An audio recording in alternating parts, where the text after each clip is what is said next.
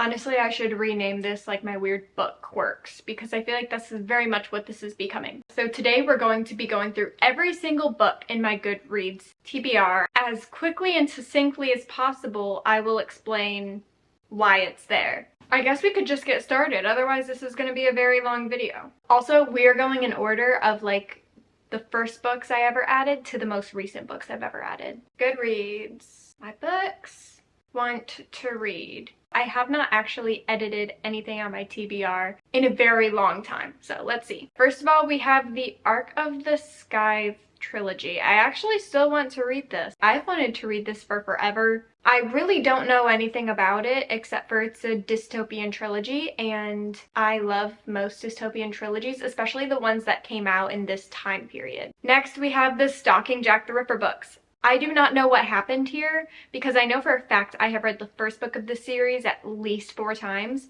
and for some reason I don't have it marked as read on Goodreads. I know I went through phases of my life where I didn't use Goodreads, but I'm pretty sure this was not one of those times. But I have read Haunting Prince Dracula twice, and then I've read Escaping from Houdini once. I've never read the 4th and final book of the series, and I really just want to own all 4 and then read it from beginning to end, like at once. Moving on to And I Darken trilogy, or the Conqueror Saga. Don't really know much about that, honestly. It might have just been recommended to me by a YouTuber. Next, of course, is the Court of Thorns and Roses, book 5 and 6.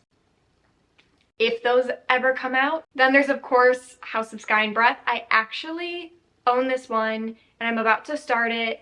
But, fun fact, did you know that there is a podcast called A Court of Fairies and Fangirls, and they actually have a book club styled about 3 to 5 chapters at a time where you can read the book along with them, or if you've already read all of the books, you can watch all of the mini-series talking about the book, but with spoilers. So, I highly recommend this podcast. This isn't even sponsored. They don't even know I exist. I'm just obsessed. Anyways, if you're a big Sarah J. Maas fan like me, this is the ultimate Sarah J. Maas fan podcast. Anyways, all that to say, I also have House of Flame and Shadow, which is the 3rd book in the Crescent City series that is coming out in January, and I'm so excited. Next, we have Lore. I really don't know much about this, except for the fact that it was a very big book talk book. Next is How to Make It Happen, Turning Failure to Success, and How to Be an Overnight Success, Making It in Business. I don't really feel inclined to pick up these books anytime soon, but I also don't want to take them off my TBR, because who knows, one day I'll look at my TBR and I'll be like, you know what, today's the day. So we'll see. Next is Do Less, The Unexpected Strategy for Women to Get More of What They Want and Work in Life. I don't know anything about this book. I don't know why I added it. House of Hollow. I saw this book in a Target and I just thought the cover was stunning, because I mean, come on. Next is Verity by Colleen Hoover. I do not enjoy Colleen Hoover's romance books. I probably just lost a bunch of subscribers with that statement. I am aware.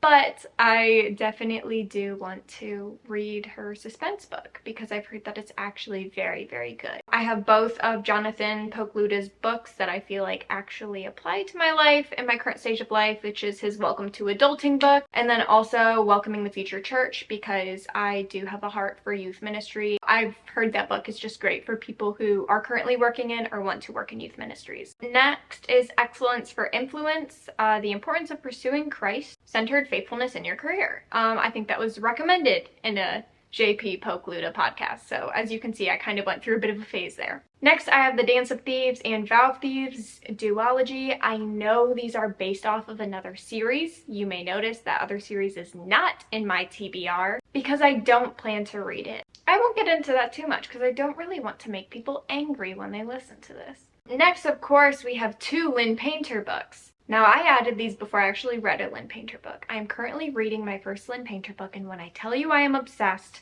towards the end of this list, I know you will then see all of the rest of the Lynn Painter books, because I pretty much just went on her Goodreads account, and every single book she's ever written, I added it to my TBR. Because I'm only halfway through a book and I'm already obsessed with her, and I don't really like romance books that much. If you like the 1990s rom-coms, you will love Lynn Painter books.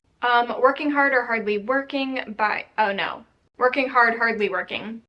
That is Grace Beverly's book. I really just found her on YouTube and really liked her, followed her on Instagram for a bit, and I think she's very inspirational and motivational. When I found out she had written a book, I added it to my TBR instantly. Next, we have the At Last 6 trilogy as well as the prequel. Once again, I don't really know much about this, but I am excited to say that I am waiting for At Last 6 through my library. Next is A Dawn of Onyx. I've just heard so many good things about this book. I've heard a lot of people say that if you loved A Court of Thorn and Roses, you would love Dawn of Onyx. Next is Happy Place by Emily Henry. I think this one's fairly obvious. I am on a waiting list for this at the library. When I first went on this waiting list back in May, I was told I'd get it in 44 weeks. So it looks like I'll be reading that in the dead of winter, but hey. If I end up getting it earlier, I think that'd be exciting. I think last I checked, my place got moved up. I'll keep you updated. If I end up reading that book this summer, I might just make a vlog of me just reading Happy Place. Next we have Babel, an Arcane History. I read the description of this and was immediately sucked in. I don't know if you would call this a trope or just like a general plot line. This person just starts second guessing everything that they thought they know. And call that a trope or what, I don't know, but I love it, so obviously I am very intrigued to read about it. Alright, next is the Shatter Me series, including the novellas. I'm pretty sure every single one of them is here, yeah. I would really love to one day just get to a point where I'm reading the Shatter Me series and the Shatter Me series only. I feel like it's a book that I kind of just have to give all my attention to.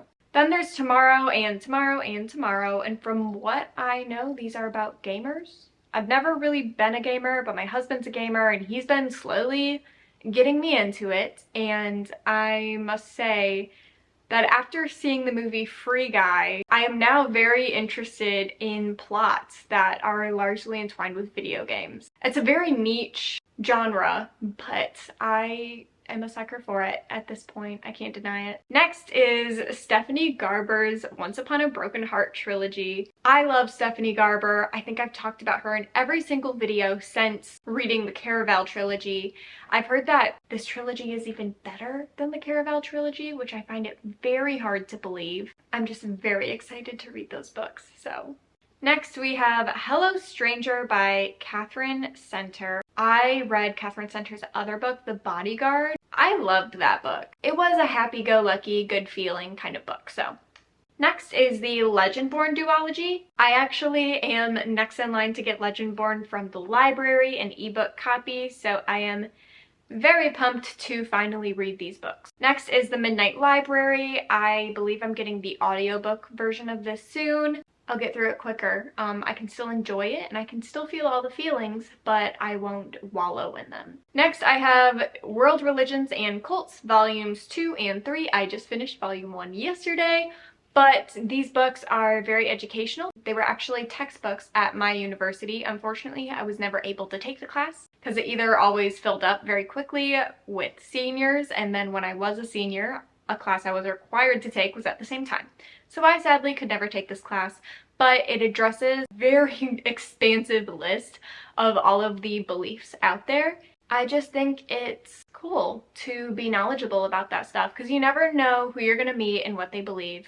Next we have Powerless by Lauren Roberts. I want to read this so bad. I have been dying to read this book since I saw the author herself posted a TikTok promoting it. And it was like a, if this is your vibe, you should read my book. And it was just like a very quick montage of photos kind of giving off like a vibe and aesthetic. And I fell in love with the book knowing nothing about it. To this day, I couldn't even give you like a 1-sentence synopsis of what this book is about. I just know that the aesthetic and vibe is everything I dreamed of.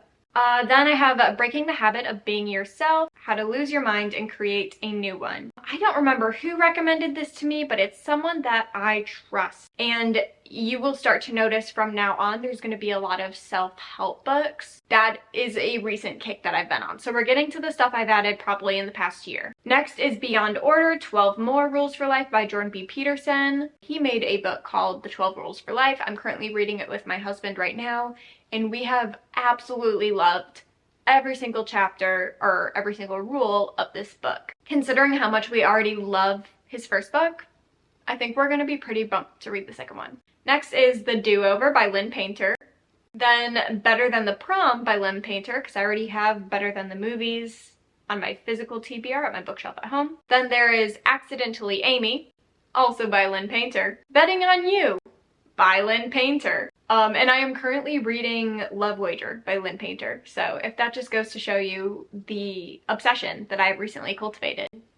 Next we have Dial A for Aunties. I only have the first book on here, not the second one, because I heard the second one isn't necessary, and many people who absolutely loved the first one said the second one either wasn't worth it or actually kind of ruined the first book for them. Next is The Fourth Wing by Rebecca Yarros, and obviously the second one. I am a part of the pitiful demographic that has made it their entire personality that they do not have this book. Next is An Heir Comes to Rise. This is a 6-book series. This is another one where I saw a TikTok where it was like the if this is your vibe or aesthetic, whatever, and then they did the photo montage.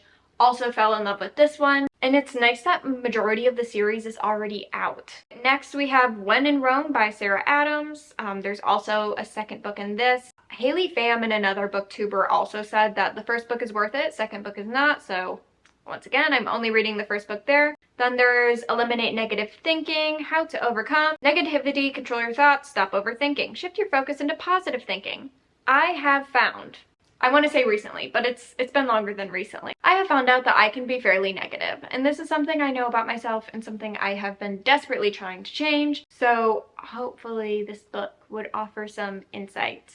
Next is The Pivot Year. This is, like I said, we're getting into the self-help books right now. And then The Perfectionist's Guide to Losing Control, A Path to Peace and Power. That's another book where I am a perfectionist who hates losing control, so it just felt like a good fix. The Dopamine Nation, Finding Balance in the Age of Indulgence. I know that I definitely go back and forth with phone problems, and whenever I put myself on a phone detox of any sort, I've always felt better. So why I don't do it more often, I don't know, so hopefully that book will inspire me or come up with different solutions that I can actually stick to. Then The Mountain Is You, Transforming Self-Sabotage into Self-Mastery. That just sounded interesting to me. And then we get into the A Clash of Kingdoms trilogy. This is one of those trilogies that where did I hear about this? Honestly, I think this was recommended in my Goodreads feed. These are old books. These came out when I was in high school. It's highly possible I just added it because the covers are pretty. Next is Fluent Forever, How to Learn Any Language Fast and Never Forget It. As someone who is actively trying to maintain and gradually improve my French and learn Polish to a fluent level, I could desperately use some more help. I've been educating myself a lot about like the science behind language learning. A polyglot that I really like on YouTube recommended this book, so Nothing Like the Movies by Lynn Painter. It doesn't come out till 2024, but hey, I am here for it. And then Happily Never After, also by Lynn Painter. This doesn't even have a publication year set yet, so this could come out in 2025 for all I know. That is my list of 83 books that I want to read. I have been reading a lot of books recently. Yeah, I think I read 12 books last month, which would explain the number change, and then I'm currently reading a bunch of books that used to be on my TBR. Actually, let me share my currently readings with you right now. The books I'm reading right now are The Highly Sensitive Person's Guide to Toxic People. As a highly sensitive person, I found much value in that book. Moving on. As I mentioned before, The Love Wager by Lynn Painter. Now let me tell you, I started this book. I'm on chapter 8 right now. I am sucked in. It is such a good book. This is the book that has made me fall in love with Lynn Painter. I made the mistake of reading a huge chunk of it before going to Goodreads and adding it to my want to read. Now, I saw this in the library. I was like, Lynn Painter, love it. Picked it up, started it. Did not do much research, didn't even know what the book was about. I go to add it to my currently reading on Goodreads. It is the second book of a series. It's to Mr. Wrong Number. I refuse to put Love Wager down. I do not have time to go pick up and start reading Mr. Wrong Number. So I've just decided that I'm going to finish Love Wager and give myself time before I read Mr. Wrong Number. And I'm hoping that if there's any spoilers, I hope not.